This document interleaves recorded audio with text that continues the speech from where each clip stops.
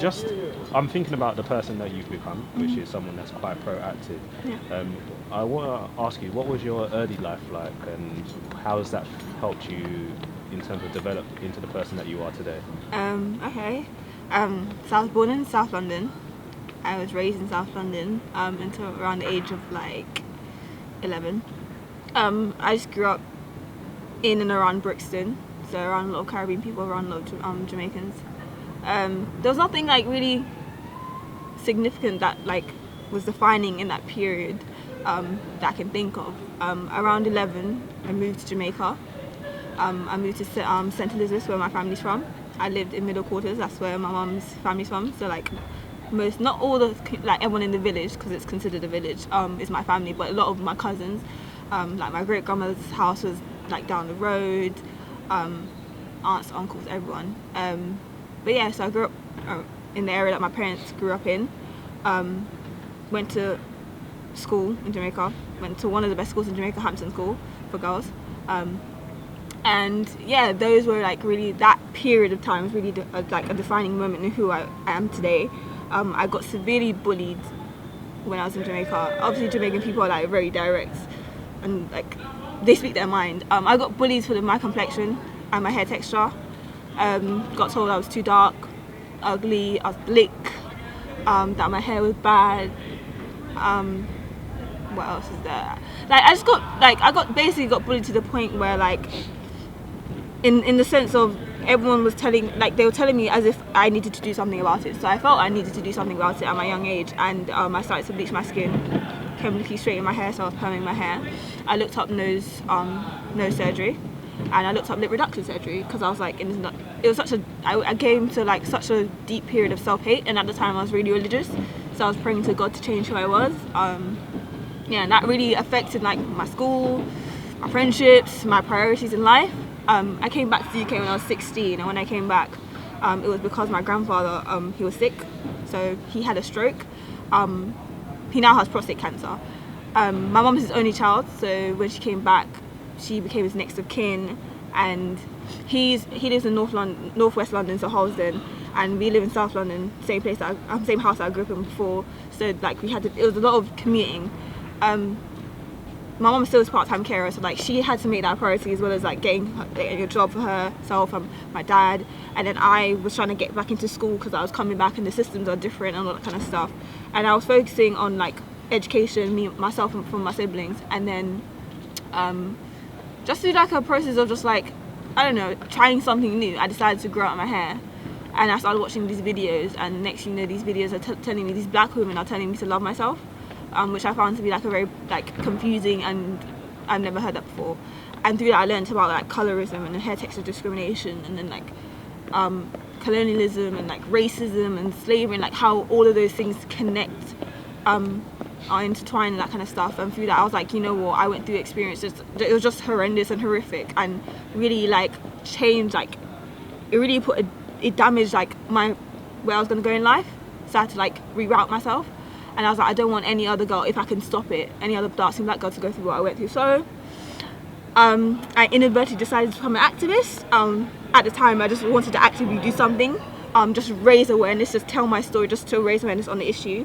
Through that, I joined like a lot of youth organisations. Learned that they taught me about how to campaign, how to negotiate, be a public speaker, how to network, do all of these things that activists needs. And through that, I got like through doing that program, I got a lot of other opportunities. So I started writing articles. I started getting these positions in youth organisations. Started to get invited to these events. Got asked to be part of these campaigns. Got asked to be on television and all these different kind of stuff. So yeah. One thing I would ask you is, because you've lived in two environments, I spoke to Carolyn Cooper. She talked about colorism as well, and we were talking about advertising in Jamaica. And we can talk about advertising in Jamaica and in Britain. What do you see are still currently some of the main problems you see with advertising in terms of how black women are advertised, or how black women are not advertised in the UK and Jamaica today? So I think in terms of the UK, like the US, there's a lot of people breaking down those doors, those barriers. So there's a lot more black women being being in places where they represent like the black community. So like we don't just have like that one black woman. We don't just have like Naomi Campbell. We have Leomie Anderson, or we have Lupita. We have more, like Viola Davis. I can list off different dark-skinned black women who are in these who are talented and are in the right place because of their talent, not because of they're just a dark-skinned woman and they're trying to be tokenistic. In terms of Jamaica, I haven't been back to Jamaica since 2015. So that climate, that atmosphere, I'd have to like talk to my friends, because I really don't want to assume. I really have to talk to my friends to figure out what's it like for them there. But when I was in Jamaica, I was in this was when Vybz Carter was free. Gaza versus Gully was happening. Skin bleaching for a lot of like the people around me was like a fashionable thing. They didn't care like about how. For them, it's just like, I'm just doing it. It'll make me look good. I'll get all the girls. I'll get all the guys. Like, it's literally like it's like, I don't know, dyeing your hair pink for some people. That's how they view it. It's not a big deal. For my cousins that were doing it, it was about trying to be attractive. Like, I know it sounds messed up and twisted, but my family members who were pushing me to bleach my skin, they were doing it because they wanted me to like progress in life. I understand that. That's something that Varian Shepherd that works at she works at UE, and she says exactly the same thing. It's very easy to criticize when you don't suffer the consequences of not being in that environment. So some people might say, oh, why are all these people bleaching their skin? However, unfortunately, that bleaching of skin is actually rewarded, so which is quite unfortunate. So I understand where you're coming from.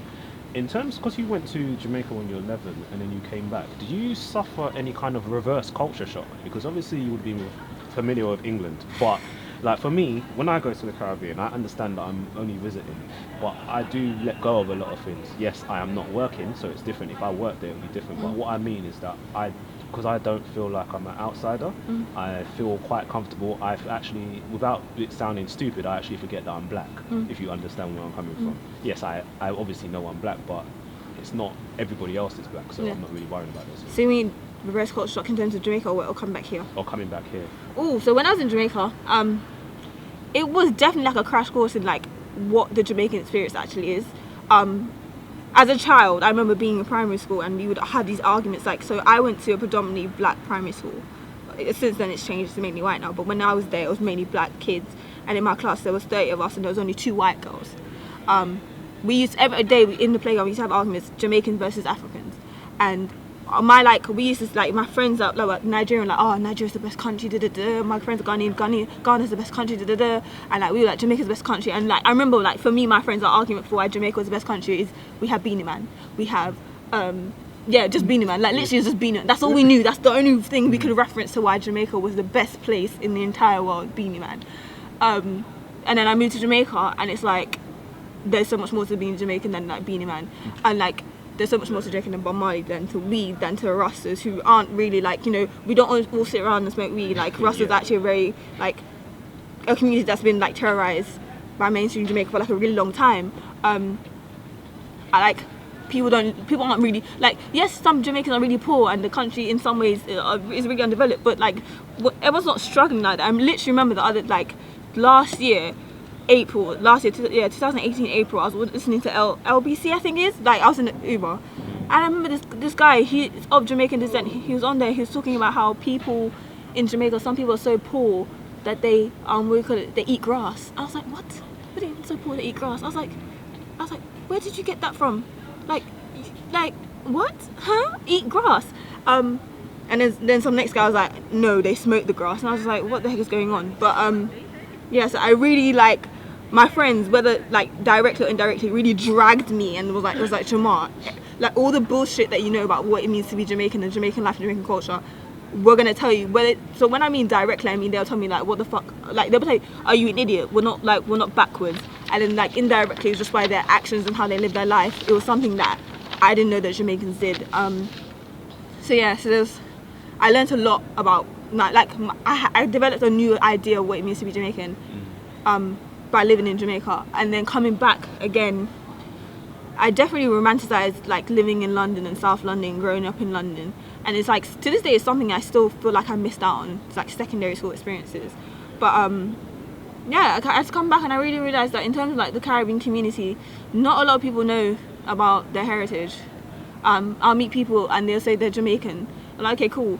and then like I'll be talking to them, and then like they said it in like a way where it was like admiration, but also like kind of jealousy, where like they knew that I knew more about Jamaica and wanted me to be Jamaican than them, and I got told I reminded everyone of their mum, their grandmother, their auntie. That's very interesting that you say that, because you can kind of tell when a person's actually British or Caribbean descent, because they don't say, when they say they remind them of someone, they're normally over the age of 50. Yeah. And they're not someone like, you remind me of my cousin back home, you remind me of this person, you remind me of that person. It's always someone. So it's very interesting you say that. So I think one of the take-home messages of what you just said, if you have not been to the Caribbean, or if you have, try and go outside the tourist resort. Oh, definitely. Like, especially when these people were like, oh yeah, I was staying in the villa. I was like, like, villa. Listen, I was like, when I go to Jamaica, I stay in the village that my mom can show me where she was born. Outside in the area, like that's for me. That's like, I don't know. I guess I was very lucky to be like I literally grew up in the village where most of my family is from. I can go to St. Elizabeth. I can go to Middle Coast. I can show you where my great grandmother's buried. My grandmother's buried there. My mom says she wants to be buried there, and I want to be buried there with them. And like so I don't know. I understand, because even when I go to where my mom's from, I can tell you exactly where all my grandparents are born. I know exactly where the cemetery is right outside the house. Yeah. So it's not. It's like 2 minutes. Yeah. Right? You understand? So I understand where you're coming from. Okay. So the first thing I'll say is that you may disagree with this statement, but I think you're quite a public figure now. Have you always wanted to be a public figure, or was it like you kind of touched it earlier? Was it like the training and the groups that you got involved with that like kind of drove you in that direction? I did not want to be a public figure. If you spoke to young Jemmar, being a public figure was not in the plan at all. I guess no, it was never in the plan. And traditionally, activism, from my understanding of it, you weren't really a public figure. Like, we're in this new age of activism where like being a public figure is a key part of it, because activism does not pay, and to get paid you have to do certain things, and they want like I think I found a lane where like I'm staying true to myself and to my activism. I'm being authentic with it, but at the same time I'm in that lane where I can go in the BBC, I can go in this, I can go in that, but with each one I very much pick and choose what avenue I want to take. Do I want to take this interview? Is it in my best interest? Do I need to do this? My message, what's the message I'm trying to get out when I step onto that platform? Because they have their agenda, and like, can I spin their agenda it works for me and works for my community and what I'm trying to do and what I'm trying to portray and that kind of stuff, and just not be a sellout in that. I never planned to be in a public figure, never ever. I just wanted to, if I could raise awareness on the things that I wanted to raise awareness on, and so we can start a conversation, so we can talk about the solutions to that problem, I would happily do that and be in the background. So what I say to you is now, quite young. I don't mean that in a patronizing way, but I'm thinking, I think you're kind of, I see, if I'm correct, that you're trying to push much more young people to become involved and whatnot. What are some of the key reasons and why that you're pushing young people to be involved in politics? There's a lot of different reasons. So with my friends now, my friends will look at me and they see me as this amazing, inspirational, talented, like, oh my gosh, Jemmar said this, Jemmar said that, and it's like, I don't do anything special. It's literally an opportunity comes and I take it.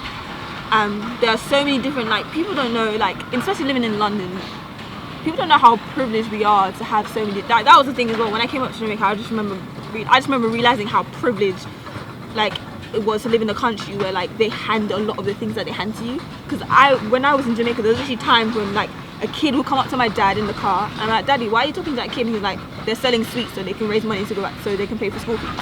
And it's like, here it's for free, and people are just not showing, like people that had free school meals in sixth form are just not showing up to school because they can't be out, so the education's not for them, but you're not doing anything with your life. I just feel like there's so many opportunities to do so, to take advantage. Like, so one thing about growing up, I was thinking about this actually today. I went to one of the best schools in Jamaica. Last year, like we came fourth in the whole entire island. So was that for CXC results?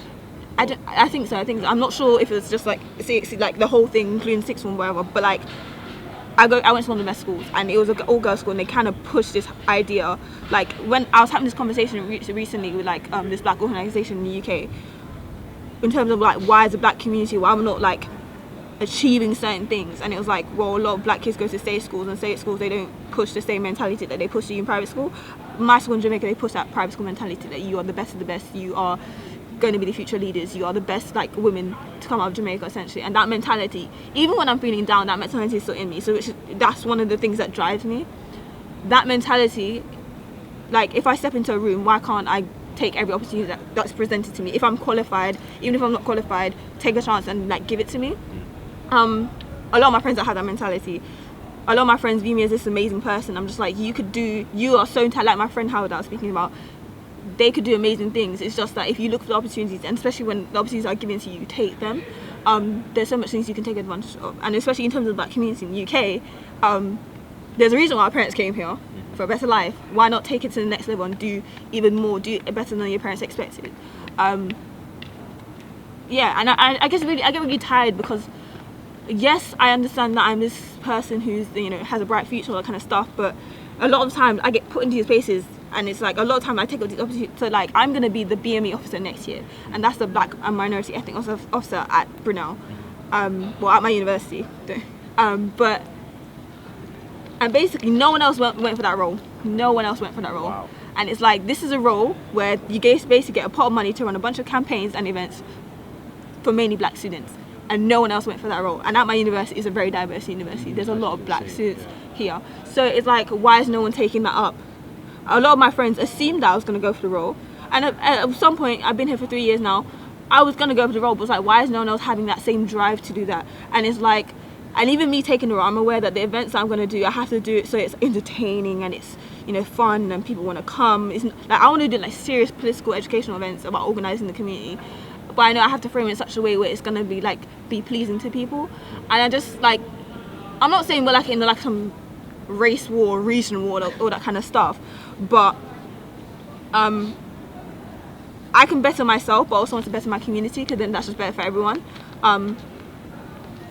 People that, like, there's no longer going to be like a stress to like push initiatives where it's like, we welcome black people to this organisation or this application. We're targeting Caribbean boys because like, that's amazing. But like, those, like, especially now, there's so many opportunities, and like the people that these opportunities are for, they're not even targeting them. Like they're not targeting them. They're not taking them up. And it's just like, eventually these people, especially these non-Caribbean, these non-black people, they're gonna stop giving up these opportunities, giving up their money to help us, if we're not going to take them, and then just take it and do even more with it. So yeah, I'm just tired of doing this by myself, really. That's really it. So you really and truly, you need people to jump on board, really. Yeah. And I think it's partly, you mentioned something about the people pushing you in at Hampton. One thing I noticed about the Caribbean, and especially I've been mostly to the Eastern Caribbean, so it's a lot smaller than Jamaica, is that the teachers are actually a part of the community, and then they have a vested interest and they want to see you do well. Whereas in England, sometimes you have teachers coming from all over the place and they may not want to interact with certain people, and so it's very important that you mentioned that. Was very interesting. Just quickly, tell us a little bit about, because I don't know so much about it. Undivided. Undivided. What is Undivided? Oh, Undivided was a campaign that I was a social media ambassador for, and essentially that campaign, so this was after the Brexit vote, and like one of the co-founders, my friend John Paul, he felt very like defeated. I don't want to assume he was on the Remain side, but I believe he was on the Remain side. He wasn't actively campaigning, but he voted Remain, and I just remember he felt defeated, and there was like a bunch of young people who just felt defeated. So it was, I think, like the organisation that helped them do it was Liberty UK, and they do like stuff for young people. They just wanted to create a campaign to bring to make sure that young people's voices are heard in like the Brexit negotiations. So at the time, there was a bunch of young people who voted Remain, who voted Leave, and young people who were just too young to vote came together, organised like a campaign on what that would look like, and that campaign it came out to be. We just promote young people voting on what they think are the main issues, like the top 10 things that young people are interested in terms of Brexit negotiations. So we were doing like a social media promotion, like media runs, all that kind of stuff to get young people to get involved. I think the target was 1 million young people. I think we got 4 million young people, and I think that's anyone under the age of 30, which is like the most successful campaign, I think, in like young people campaign in Europe, but don't quote me on that. So yeah, they voted on the top 10, and then that was sent to like Theresa May, and rumor has it is being used in some Brexit negotiations. But considering what's been happening recently, I think that's been put to one side. But yeah, it was just a campaign to just make sure that young people's voices are heard in the Brexit negotiations. Okay. One thing I would ask you before I move on to the next section is something that I thought about quite a lot. Not just violence, there's actually, well, the other thing I'm thinking about is violence, but I don't really want to talk about that right now. But it's really something that crosses my mind. And I think you said you're actually doing some work on it, which is gender-based violence in the Caribbean. Yes. Now, I'm not going to ask you why are you doing that, because obviously we do not want violence, clearly. Yeah. But in what way do you feel that things need to change, and how can that happen? How can that actually occur? That's a better question rather than saying, "Oh, why do you want gender violence?" Of course, we want violence to end. So, when I was living in Jamaica, okay, let me put it like this. So, I want to go back to Jamaica. I've been dying to go back to Jamaica for a while now. If I want to go back to Jamaica, I have to go back to Jamaica with my mum and dad. It's not an option for me to go back to Jamaica by myself. I am a young black woman, and I was born in the UK. I don't want to like make Jamaica seem like this horrible place, but let's be honest, I am a target. Especially, I know my area, I know where I'm from. I'm a target. I'm a target for people, and so my dad's family in Jamaica, they're very well off. He comes from like a very good family, and plus my mum is a woman locally who's known that she came to the UK and she made something of herself. I mean, most people assume that anyone that's gone abroad has made something herself, but like my mum, who has, but in your case, it's but true. my mum recently has done. She built her a nice house. It took her about 30 years, but she built herself a nice house. Essentially, I'm a target because I am seen as rich. I'm from the UK, and I'm a young woman who's single. So I appear to be single. Someone's gonna try to get a visa. Let's be honest. That's like, there are people like that in Jamaica. I can't walk up and down the street by myself necessarily. I can't. I don't know how to drive yet. I want to learn to drive so I can, but I'm taking public transport. It could be. It's something I could do, but I'm aware that people can, like, some people can just smell the fact that I'm not from Jamaica on them. So like, I need to protect myself. And when I was living there, my mum was very much like, don't really go out, stay inside, all that kind of stuff. I had a very I didn't really got much without my parents there, without watching all that kind of stuff. Because even like money, like I pay for something that's $100, but you're gonna tell me it's $200. Why? Because I have an accent. So it's mainly to just protect myself, really. No, going with my parents is to protect myself. Now a lot of my friends I went to high school with, that University of West Indies, they're at the Mono campus. Yeah. There's a lot of rape situations happening there. I've seen my friends retweet stuff about how they have to be wary of taxi drivers who have pillows in the back because they pick you up, they're gonna go rape the girl. I saw a girl tweet recently. Some taxi driver was trying to flirt with her. She didn't accept his answers, and she said that's why the man just started raping you again. That's exactly what I was thinking. That's madness. Yeah, and that's in Kingston, and let's be like, that's the city. I grew up in rural Jamaica. It's not necessarily going to be better. So gender-based violence is an issue that I became interested in when I realized that Jamaica is one of the countries, but like a lot of Caribbean countries have really high rates. Yeah, it's the same. I just don't like how a lot of my friends are unsafe, how I have to think about my friends and make sure that they're good like this. On top of that, like, I know I'm not safe without my parents' protection in Jamaica.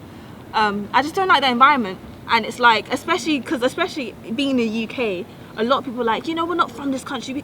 I'm like Brexit or when they come to bomb us, we can just go back. And it's like, no, you cannot go back because the infrastructure in our home country is not there. And like, especially recently, even like, people that have like lived in the UK or lived in Canada or States.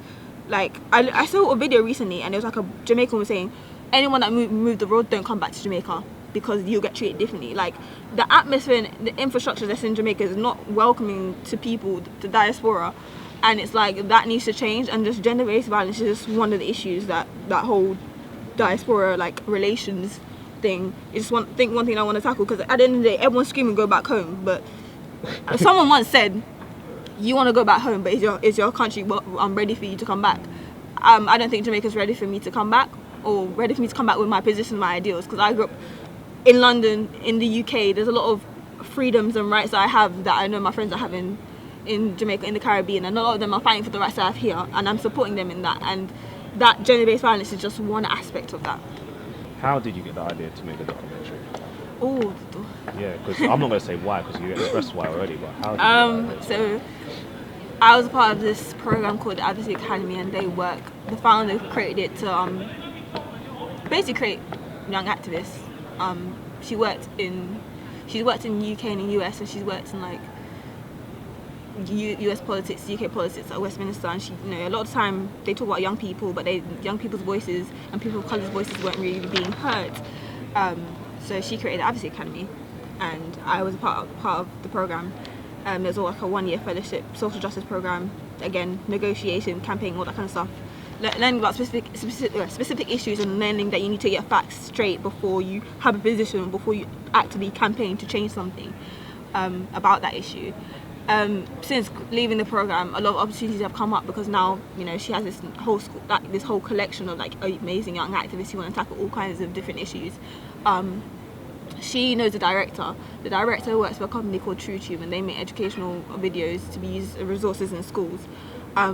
So he got a pot of money to do a video on originally a politician, and then fast forward, they changed it to a young activist, and he knows someone that has a whole school of young activists.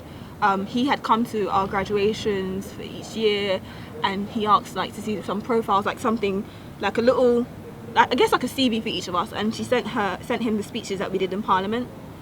He then asked me up with certain people. I was one of those people. He had a further conversation about who we are, what we do, our positions on certain things, how we live our lives, and he contacted me and said, if you're willing to do it, we want to do a documentary with you. I think it was 2017, summer 2017. So like, I went to their studio. I went to the office, and in the studio, he sat me down, interviewed me for like a while.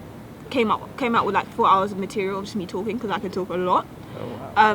Just asked me all kinds of questions about my day-to-day life, my positions on certain things, what I think about this, how did I come to that, blah blah blah. He cut it down to 10 minutes, and he created like a structure to like my story, and then we had to like obviously film it, and like filming, obviously you just follow me in my day-to-day life, but my day-to-day life isn't as interesting as everyone may assume.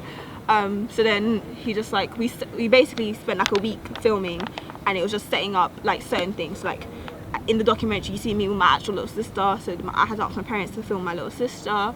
Me walking around, like community is so important to me, so I filmed in Brixton, I filmed in like where I live, like up and down certain streets and areas that are like significant to like me as a black person, as a Caribbean person. What else is there? Yeah, we just shot for like a week. Shot with like a young Jemmar actress playing young me, an old Jemmar who plays older me, a woman who's playing, like, does the YouTube scene. And it was, for you, it was more of a thing of educating people and making them understand their own personal value. The video was made to be used as an educational resource in schools, so we kept in mind like these are like secondary school kids that are going to be watching this. They've never heard, and it's not just London, it's across the UK. There's going to be white kids who've never even heard about the issue of colorism or textual discrimination. And it was not just about that. That was a key part of my story, but it was about me as an activist, and that's how I came to my activism. And how, like, explain what I do, essentially. I write our schools, I campaign, I facilitate, I run workshops, I hold positions where I can, like, write policy affecting certain communities and that kind of stuff. And then basically, I just, how did it go? It was a 1 week of filming, we shot it, they put it together. I was like essentially creative director. The director and cinematographer did not do anything without my say-so, because throughout just the documentary filmmaking process, they realized a lot about themselves, their privileges, their experiences. So I essentially became creative director. We shot it, got released on YouTube. It's on their website. There was some buzz for a while, because obviously I have on my Instagram and my Twitter, there's like certain people who follow me and who are aware of what I do. Even though I'm a public figure, I'm really low-key in terms of public figures, so like I released it, it was fine, all that kind of stuff, a lot of people saw it, whatever. Fast forward to then it getting nominated for a BAFTA, more buzz, then it wins the Children's BAFTA, and then I quoted tweeted my speech, my acceptance speech, which I winged it, because the director and cinematographer, again, being aware of their privileges, were like, as white men, we cannot speak. Okay. Like, so I winged it, did my speech. That blew up. I remember people saying, I don't even know the documentary what you're talking about, but you know, your speech was amazing, so thank you. I admire you, all that kind of stuff. So did that. Poof. Now it's like this thing where like people constantly asking about it. It's got more views. It's been used in schools. I know it's been used in my secondary school. So yeah. That's fantastic.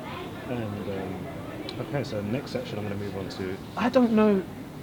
Did I read this from you? Or maybe I'm wrong. Correct me if I'm wrong. Okay. Black History Month, most problematic time of the year. Yes, you did. Yes, you did. You did read that from me. That was my first article that I wrote ever. Okay. Most problematic? Yeah. Elaborate, please. It's one of those things where like, so I love Black history. I love Black British history. I love Caribbean history. Okay. Someone's on a journey. So, like I said, I grew up in South London. I grew up in and around Brixton. I've lived in the UK and I've lived in the Caribbean. I come back to the UK and I remember I was in sixth form and then I was going for head girl my sixth form, and in the speech you had to speak about someone who inspires you, and I wanted to choose a Black British woman. I did not want to choose an African American woman. I did not want to choose Oprah, Beyonce, or Michelle Obama, even though I love all three. Yeah, we all do, but I agree totally with you, and that's how I don't want to mention you know what I do for a living, but I don't want to say that on there, but I've taken that's how I take an approach in, you do it on so because I find it very inspiring when like you have that, like for me one thing that drives me is personal connection. When I see someone who like, so for example Letitia Wright, I'm like, yes, you London babes, you Caribbean queen. I just feel so connected. I'm like, if she can do it, I can do it. Like Diane Abbott, whatever position it is on anything, I'm just like, this woman. I once did an interview and my friend said that he loved what I said. I said that Diane Abbott, you know, she's a black woman with a broad nose and she wears glasses and she's from London and she's of Jamaican descent. I described her, but I just described me too. Mm-hmm. So exactly, that's beautiful. That's how you just said it. Yeah, that connection, it just means so much to me because you know, she's an MP, as someone that studies politics, I'm like this connection. So I will always love Diane Abbott. My mom loves her too. So what was the question? Sorry, I completely forgot. Oh, my article. So yes. So I went for definitely head girl, and I wanted to choose a Black British woman. I was working at the local Oxfam bookshop near my house, and the manager was a 40-year-old Scottish guy who liked to tell me about things I didn't know. He introduced me to I already knew Tribe Called Quest, but he introduced me to De La Soul and Moni Love and Queen Latifah and alternative hip hop at the time, wherever, Jungle Brothers and Native Tongues, and so I was there, and I was like, I want a Black British woman, but I don't know who. And then he was like, Olive Morris, and I was like, who? He's like, Olive Morris. And he was just like, how? I remember he did his shoulders like, he's like, how can you be a black woman from Brixton and not know who Olive Morris is? He googled her, and then I took it upon myself to go home and research further. From Olive Morris to the Black Panther movement in the UK, to Darkest Howl, to C.L.R. James, all these different people, and I was like, oh my gosh, they're all Caribbean and they're all local, whatever. And I remember I bought from the library in Brixton, I took Olive Morris's book, a book about her, what little there is about her. And then I remember in the book it was talking about a lot about Railton Road, and I live on that road. So I remember and I used to walking from Brixton, come out, because my school was in Balham, so I'd go from Balham to Brixton and then walk up Railton Road, Atlantic Road and then Railton Road. And I remember I'll see the address for this house, I'm like, oh my gosh, is this house right here? It happened right here. So that I was losing my mind. So then I was looking up more key figures from the organisation, and then Linton Crazy Johnson comes up, and he's still alive. Yeah. So I was like, okay, cool. I looked at him, I was like, this. So when I first researched him, no picture came up because I did it at school and the internet was bad. And then I was like, okay, I'm gonna go home and research him more. So I do my usual walk up from Brixton, go up Railton Road, past all the usual elders in the community. I'm very shy like that, because the Londoner in me from when I was a child, you don't talk to anyone, but the Caribbean person in me is you say hello, you greet people. So depending on how they take me, I might just smile, just say hi to a Caribbean elder, and I just pass all the usual people, and I go home, and then I Google Linton again, And I'm like, this person looks very familiar. And I'm just like, for some reason, I can't put my finger on it. I was like, he looks very familiar. So I asked my mum if she knows him. Mum was like, I don't know that person. I asked my dad, nope. I was like, this guy looks so familiar though. So familiar, because he had a very distinct goatee and a hat. And I remember, like, I showed my mum his picture on my phone before she leave, because she was in a rush, like, what, leave me alone. And I was like, Mum, do you know this man? She's like, yeah, I know him. He's like, he hangs out outside. He lives down the road. I said, what? And I just remember, I just like screamed, and my mum was like, my mum was like, my daughter's mad, but I feel like she's gotten worse. And I was like, Mum, do you know this man is? Do you know he's done? And just screaming, like, oh my gosh. And at that point, I started researching him more. And I said, Mum, next time you see him, you have to introduce me. And she's like, okay, cool, fine. So then one day, I went to the library and I got one of his poetry books, and it was next to me, and I was on my laptop. My mum said, Jemmar, come out here. And like, cause you know, my mum, there's a lot of Caribbean people that walk past the house, and like, mum saying hello to this person, that person. Mum said, come out here. So I come outside. He's there. I froze, and my mum was like, this is my daughter Jemmar. She's a fan of you. I was like, hi, can you come speak at my school? He's like, okay, cool. And these times I'm like, how am I gonna get him to come to my school, because I haven't got my school's permission or that kind of stuff. So fast forward to like me just having a conversation with one of my friends who does A-level history, because I didn't do A-level history. I just love history, like British history like that. He was like, oh, Linton, we have a slide about him in one of our classes. We don't have that much information though. So I told him, and then this is my friend Max. Max told the head of history, and then because I did religious studies and psychology, they all sit in the same office. And I remember I went to go see my teacher, and they're all in the office. I just remember like the head of history being like, Jemmar, like, I heard he's your neighbour. I was like, yeah, he's my neighbour. And I remember one of my favourite teachers, Mr. Malik, like, he's your neighbour. And everyone was looking at me like, what? How could the coincidence? Because at this point I was becoming like the Jemmar public figure. So it's like the coincidence of me knowing him, and he's my neighbour. He's like, can you get him to come speak? I was like, yeah, he'll definitely come and speak. So we filled out some forms. Next thing he comes in and does a talk on my sixth form. And later on I got him to talk at the Advocacy Academy, because he's just like an amazing activist for young activists to hear about what he's done in the past. And just through that, and just like I remember the youth forum at the Black Cultural Archives. I just remember like just those two things, like learning so much Black British history just by me like going out again, me being proactive, me taking up opportunities to do certain things. Like I remember the Black Cultural Archives, it took me, I heard about it and I didn't know the right person to get in contact with, and I pestered and finally got in. So it's like I now know so much, and it's like there's so much more to learn. And it's just like me, I grew up in and around Brixton. I live on Railton Road, and there's so much history embedded in the street. Why is it? I don't know. Why didn't I come out the womb knowing all of this? Essentially, why did I have to go through all of this personal research? And why did I have to set up an event for him to come to my school? Like, do you know what I mean? So I wrote the article out of frustration, because that year, Kent Union did their Black History Month campaign, and Sadiq Khan and Zayn Malik were on there looking like they're, and I was like, what the heck is this? I was like, are these not mad? I was like, are these not mad? Like, I was like, they're bugging. So I literally wrote that article on the train. I wrote it on the train out of frustration. I was like, is it the most problematic time? Because it's like there's so much history that we're not being taught. So what's going on? I was like, and personally, I love Black History Month because it's October and I'm born October, so I get to celebrate myself and my Black British history. I'm October as well. Really? Yeah. So I am just like, yeah, like this is my time to be Black and Jemmar, and no one can't tell me anything. But at the same time, it's like Black British history should be taught all the time. Mm-hmm. It's just about getting it in the curriculum, or if not, we need to set up some kind of organisation where it's readily available for parents to actually. But this is the thing: there are organisations that do stuff, but there's such a generational gap. Yeah, and that's mostly the supplementary school system does cover that, some of that in some respects. And there used to be actually a very good supplementary system in Brixton called Afawi, which is now a football academy, but they don't really touch on the academic side.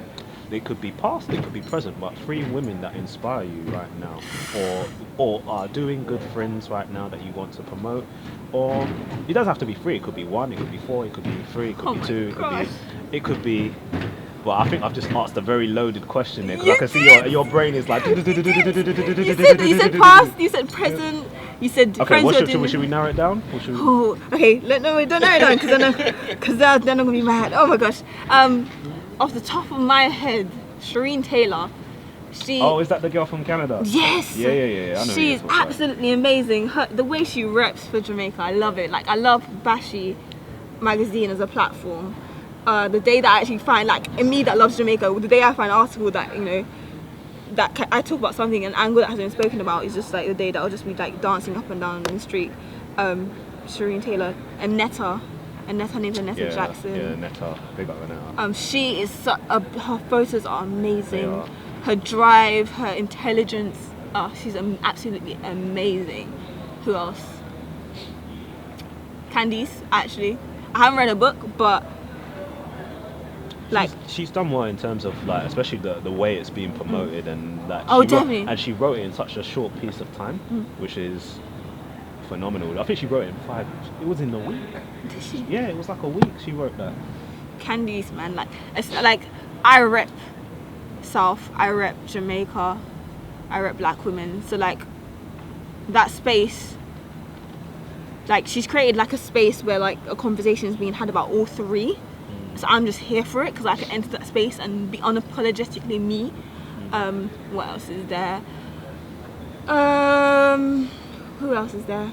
That's just doing amazing stuff. My friend Roshanna Trim, she's from Barbados. She is just doing amazing youth work out there. She's just like this beautiful Melanese queen. I love her so much.